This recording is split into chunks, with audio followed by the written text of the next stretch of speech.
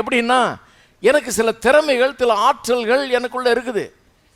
பிறப்பிலேயே சிலது வந்திருக்குது, சிலது இப்போ புதுசாக வந்து எனக்குள்ள முளைக்குது, வருது, வெளிப்படுது.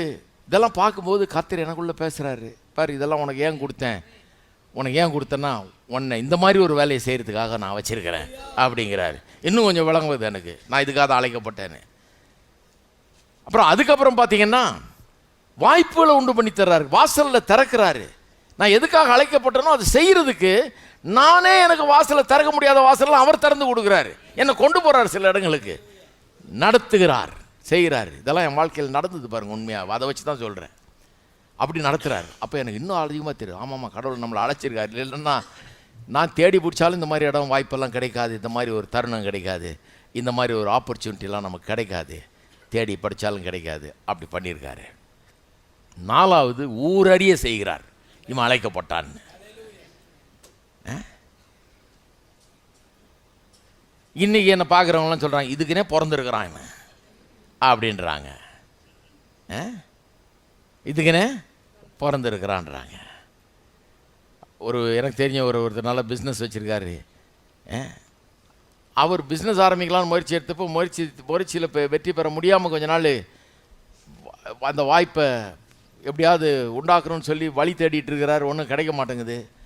அப்போ அவங்க பெற்றோர்கிட்டலாம் ரொம்ப கவலையாயிட்டாங்க, நமக்கு எதுங்க இந்த வியாபாரம் பாருன்னு நலஞ்சிட்டு, அவர் நல்ல வேலையை செய்ய சொல்லுங்கள், நல்லா படிச்சிருக்கிறாரு, நல்ல வேலை செஞ்சுட்டு தான் இருந்தார், இப்போ இது பிஸ்னஸ் தான் பண்ணுவேங்கிறாரு, யாராவது கொஞ்சம் சொல்லுங்களேன்னு சொல்லி எங்கெங்கேயோ போயிட்டு அப்படி எனக்கு வருது, நீங்கள் கொஞ்சம் சொல்லுங்களேன்னு.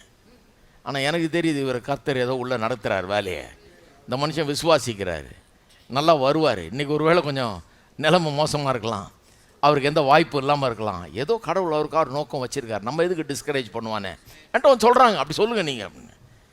நான் சொல்ல முடியாது, நான் சொல்ல போகிறதில்ல. ஏன்னா நல்லா ஒரு விசுவாசத்தோடு இருக்கிற மனுஷனை ஏன் கெடுப்பானே விட்டேன். இன்றைக்கி நல்லா செய்கிறாரு, இன்றைக்கி நல்ல ஒரு தொழிலை செஞ்சு வெற்றிகரமாக செய்து கொண்டிருக்கிறாரு. யாருக்குமே தெரில பாருங்கள், இவர் இதுக்காக அழைக்கப்பட்டிருக்கிறாருன்றது வழங்கலை. நம்ம ஊராருக்கு வழங்க மாட்டேங்குது, சொந்த வீட்டாருக்கு வழங்க மாட்டேங்குது, யாருக்கு வழங்க மாட்டேங்குது, யாருக்குமே தெரில. நமக்கு இதுக்கு பிஸ்னஸ்ன்னு அவங்க சொல்கிறாங்க, ஒரு வேலையை செய்யுன்றாங்க.